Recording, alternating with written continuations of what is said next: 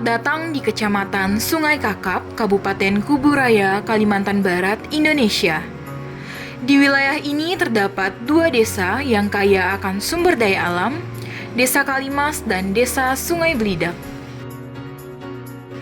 Dua desa yang menopang kehidupan melalui pertanian dan perkebunan. Tidak hanya itu saja, kedua desa ini menunjukkan bahwa desa juga bisa menjadi ruang wisata yang hidup melalui potensi alam yang dimiliki. Melalui video ini, mari kita telusuri lebih dalam mengenai kehidupan dan potensi alam yang dimiliki oleh Desa Kalimas dan Desa Sungai Belidak.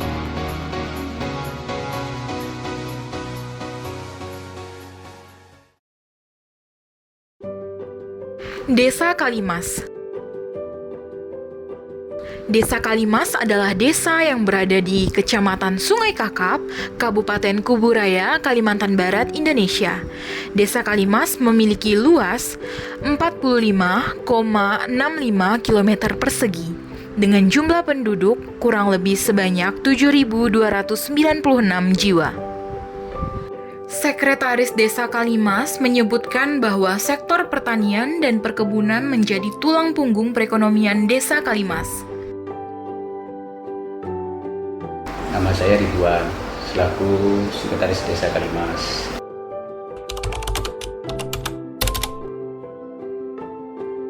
Kalau dominansi memang padi, terus jeruk sambal, terus sayur mayur. Kalau yang tahunan itu seperti langsat durian, ada semua di Kalimas. Padi kita memang ada yang di sini pelampungnya, ada istilahnya gudang padinya. Tapi kalau untuk hasil-hasil yang lain itu hanya jeruk, sangrangan, langsat, durian, di Pontianak semua. Kalau penjualan jeruk itu rutin. Kalau di Kalimas ini bila kan satu malam itu kita lihat rata-rata ya sekitar 500-600 kilo di Kelamboyan, di Sentral. Jeruk sambal menjadi ikon unggulan yang sempat dikembangkan menjadi wisata petik jeruk melalui program Balik Kampung.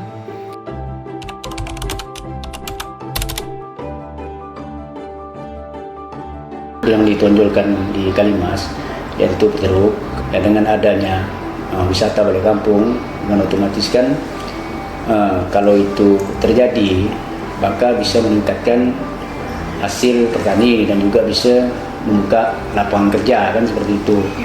Tapi sekarang nih Balik Kampung lagi tidak buka lagi, tutup dah Balik Kampung.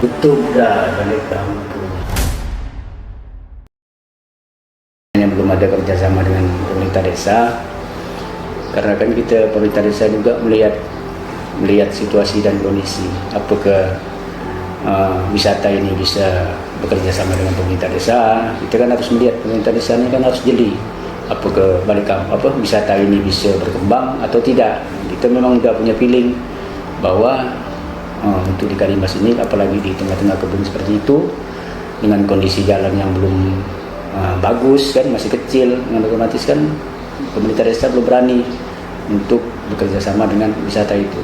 Akhirnya kan tutup sekarang.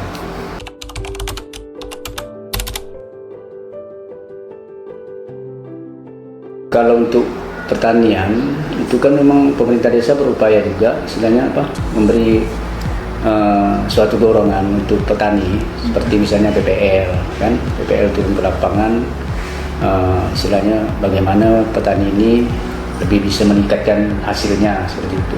Adalah upaya pemerintah desa lebih dulu penanggulangan banjir, kan. Nah, itu kan salah satu upaya desa, pembuatan pembetulan pintu air, supaya petani ini kan kalau udah musim banjir kan banjir. Jadi itulah upaya-upaya pemerintah desa dengan melewati dana desa, alokasi dana desa. Kami pemerintah menciptakan suatu pekerjaan, yaitu ketahanan pangan. Ketahanan pangan itu seperti ini, misalnya ada lahan pertanian atau persayuran, kan, terus di situ banjir. Jadi salah satu upaya pemerintah desa itu selain dari swadaya masyarakat, pemerintah desa membuat tanggul supaya air itu tidak masuk untuk membanjiri lahan pertanian mereka.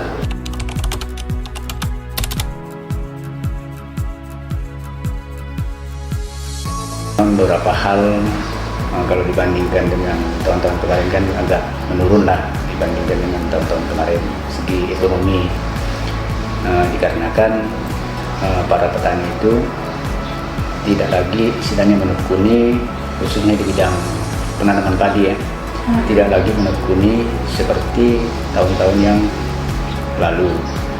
Bahkan mereka sekarang ini banyak kerja di luar daripada petani untuk mencukupi kehidupan mereka. Tapi kalau untuk kebutuhan sehari-hari, alhamdulillah mereka masih tercukupi. Apalagi zaman-zaman kemarin kan tidak stabilnya harga pupuk, harga untuk operasional, untuk membiayai sebuah lahan pertanian dengan harga jual kan.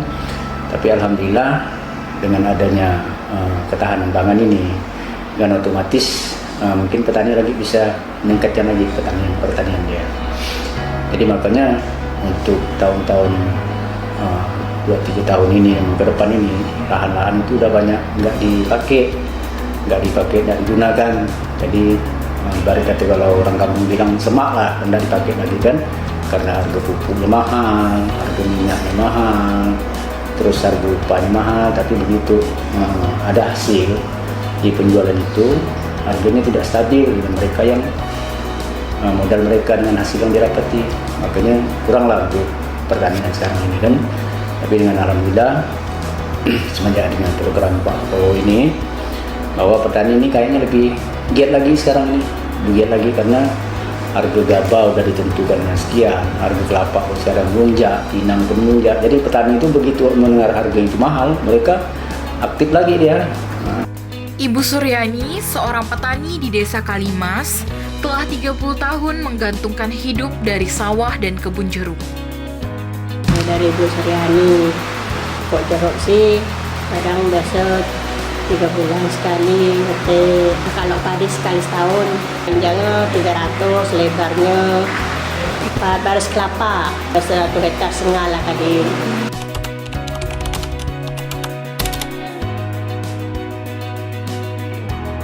Tapi ini sih yang kemarin sudah saya jual, sekarang ini tidak ada jual lagi untuk makan seorang, kan tidak banyak kita beladang. Jeruknya jual.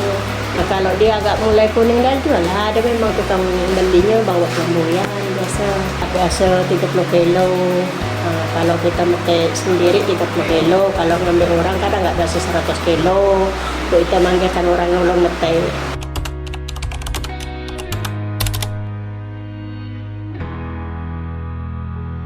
Kalau itu sih tak cukup lah. Ada gak lah, gak adanya nanam pisang lah apa belakang tuh.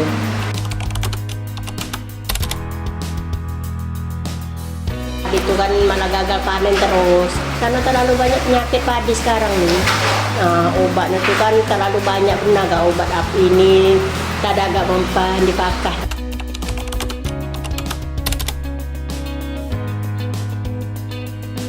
Udah hampir 2-3 tahun lah yang ada tuh bantuan. Nah sekarang ini udah ada dah bantuan. Pupuk ya dikasih, kita lah kelompok-kelompok kan ngajukan, bisa enggak kita dapat pupuk nih, soalnya kan padi kan melanggar panen, kan obat untuk padi enggak ada sampai sekarang.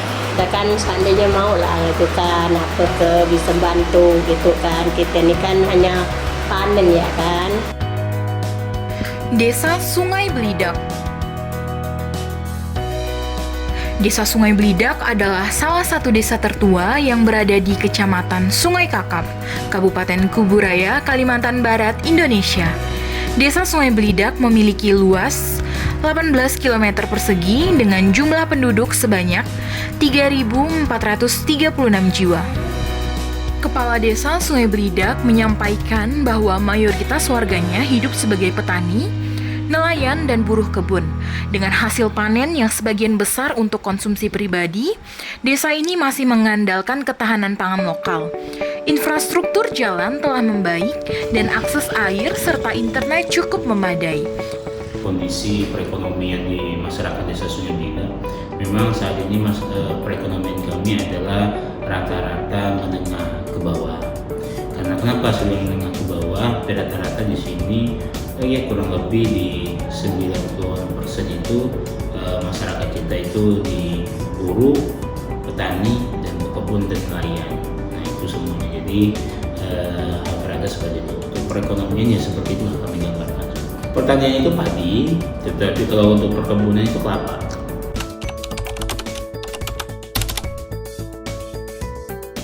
Sementara kalau saya lihat kalau keterkaitan hasil panen padi, mereka untuk konsumsi sendiri, dan kalau ada kelebihan karena mereka berpikir kalau cukup dalam 1 tahun mereka simpan untuk makan dalam 1 tahun. Nah, ketika ada lebih mereka jual kepada pengepul. Sementara kita karena kan kita sebelum membuka hal-hal seperti itu kan kita kan harus survei dulu, survei pemasaran, survei pembeli dan yang lainnya. Kalau saya rasa kalau posisi kita di Sungai Blidak dan Kalimas, saya rasa kalau membangun hal itu kayaknya tidak mumpuni karena masih banyak pasar-pasar yang kecil, agen-agen yang kecil yang masih ada di kawasan kita. Ketika kita membuka pasar yang besar, bisa juga kita membunuh UMKM yang kecil, bisa juga kita membunuh pedagang-pedagang yang kecil gitu semua. Kalau keterkaitan air bersih, saat ini kita air bersih tidak ada menjadi permasalahan. Kalau air bersih karena kita hampir rata-rata masyarakat kita mandi itu menggunakan air sungai. Kenapa kami karena masih air sungai kita saat ini masih dalam keadaan bersih. Karena masih keluar masuknya dari muara kakap, masih tembus air laut dan yang lainnya. Nah, jadi sampai saat ini masyarakat pun masih menggunakan air sungai karena alirannya masih bersih dan yang lainnya. Terkait penyediaan air-air yang lain memang sebagian kalau perumahan sudah ambil air ledeng yang sampai ataupun sumur bor yang ada. Terkait infrastruktur yang ada di Sungai Blidak ini kurang lebih 70% sudah membaik.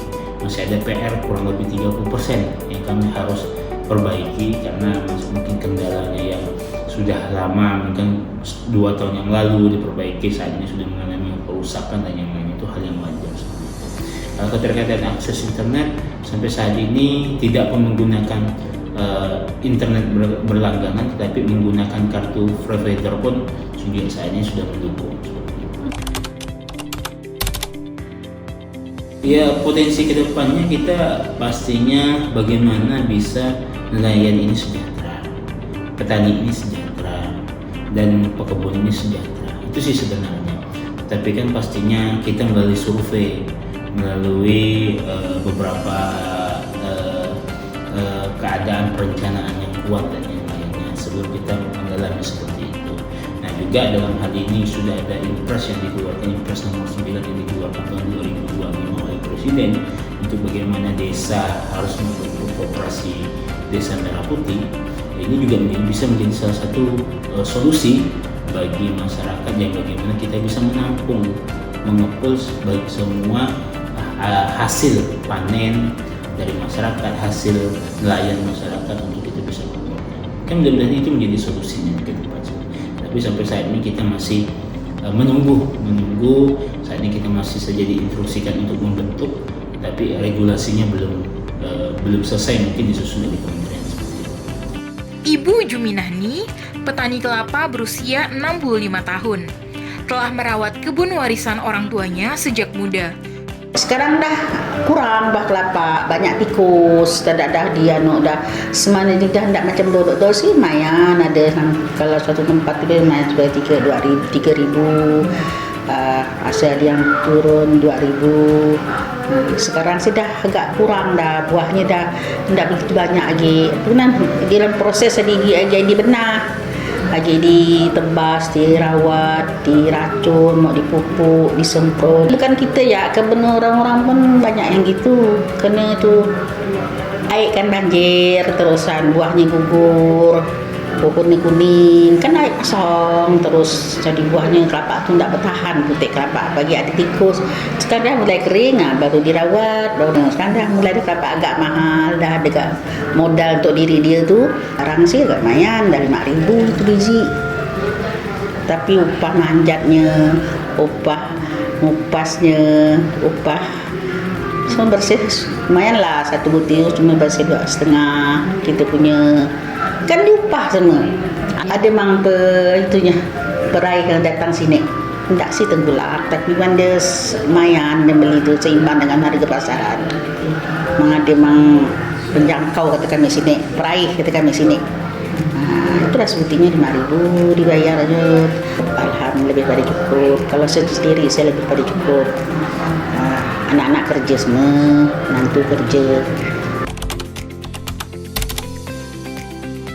Kalau kita tidak pernah dapat bantuan, tidak pernah. Pokoknya dari kelapa itu dari hasil kelapa ngurus dia dari diri dia mengurus diri dia kan hasil kan diupahkan lagi. Kita dapatlah kan turun besar sekian juta, nanti itulah diupahkan lagi dia kelapa itu hasilnya tuh. Mudah-mudahan maju hasil apa yang diharapkan itu, mudah-mudahan bagus lah maksud saya. Makmur. Di Desa Sungai Belidak berdiri wisata religi dan kampung wasawah yang menjadi cermin inovasi dari Pondok Pesantren Darul Fikri. Dengan luas hampir 4 hektar, kawasan ini menggabungkan spiritualitas, alam, dan kemandirian ekonomi. Tak hanya mendidik santri, tempat ini juga membuka lapangan pekerjaan bagi warga dan mendatangkan harapan baru, menjadikan desa sebagai kampung wisata spiritual pertama di Kalimantan Barat. Bahwasannya wisata religi dan kampung wasawah ini dua-duanya tidak bisa dipisahkan dari unit usaha yang dikembangkan oleh Yayasan Pondok Pesantren Darul Fikri Kuburaya.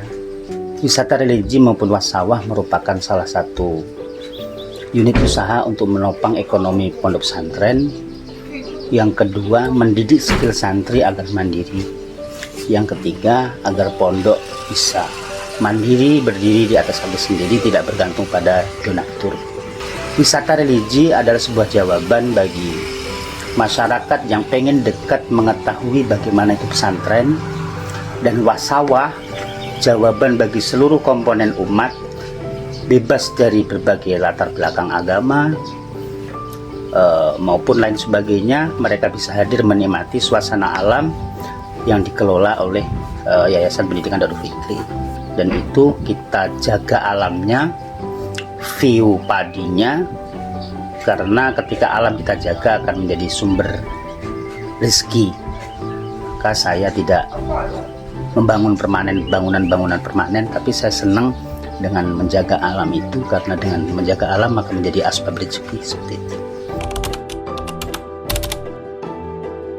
Kendalanya dalam pengoperasional kita memang satu ya, tidak bisa dipungkiri SDM ya, makanya kita berkolaborasi dengan Bebek Bujang Group. Mereka membimbing santri-santri kita dalam manajemen, sistem, dan lain sebagainya. Yang kedua, kendalanya juga permodalan, keterbatasan modal, dan lain sebagainya. Namun itu tidak menjadikan kita terus berinovasi. Tentunya ada satu, desa kita menjadi eksis dan terkenal di masyarakat luas, baik kecamatan, kabupaten, bahkan provinsi, bahkan luar negeri. Satu itu. Yang kedua, dampak ekonomi bagi masyarakat apa?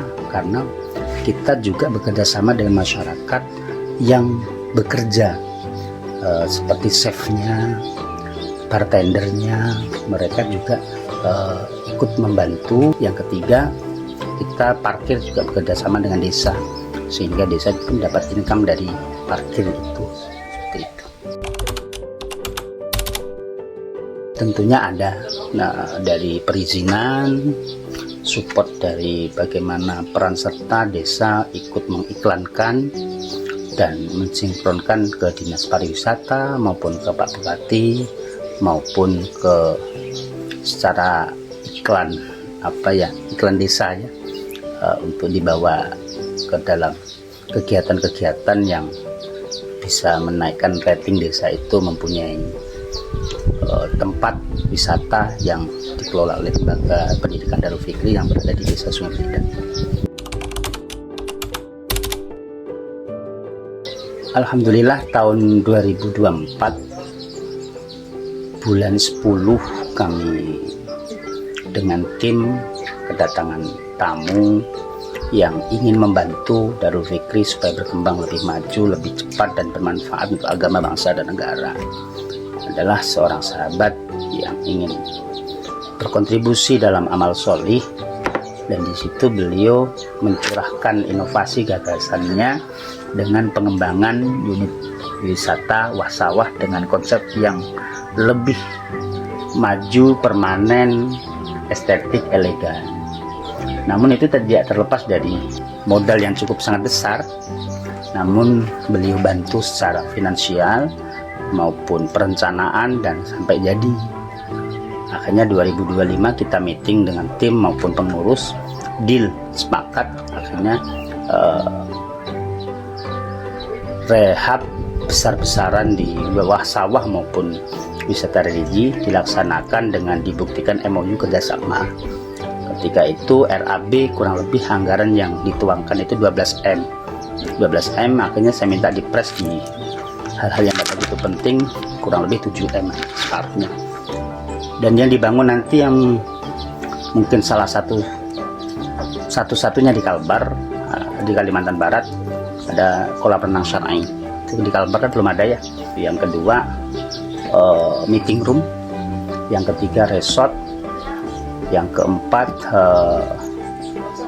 mini zoo, yang kelima wahana bermain anak-anak, yang ketujuh ada kafe dan sarana pelengkap penunjang lainnya. Alhamdulillah sebelum itu jadi kita sudah menata bagaimana sistem di dalam maupun market yang nanti kita tuju, baik majelis taklim, sekolah, kampus maupun lintas negara. Sehingga mohon doa dukungan semuanya, ini menjadi salah satu tempat wisata yang menjadi jawaban bagi masyarakat, tidak perlu jauh-jauh ke luar kota, efisien BBM, keselamatan di jalan, dari kota 20 menit sudah sampai ya, 20 menit sudah sampai, dan insya Allah ada jawaban semua.